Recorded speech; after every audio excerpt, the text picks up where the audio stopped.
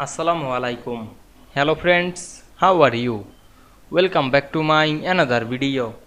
In this video, I am going to show you how to make all text same font in Microsoft PowerPoint. Let's get started. At first, you have to open a PowerPoint presentation and we can see here many slides. Now we go to all slide and check the all text. We can see here defined text. Now we want to make the all text same font. At first go to the view menu and we can see here many options. Now I am select the slide master.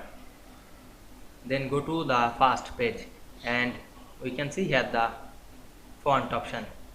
Now I am select the font. We can see here many font. Now I am select customize the font. We can see here the heading font and the body font. Now we want to make the all font same. Write the all same font in two step. Now I am write impact. Then again go back the custom font option and select the body font impact. Then click save. Then click close master view. Now we can see the body and the title font is same. I hope you enjoyed the video. Please like, comment, share and subscribe my channel. Thanks for watching.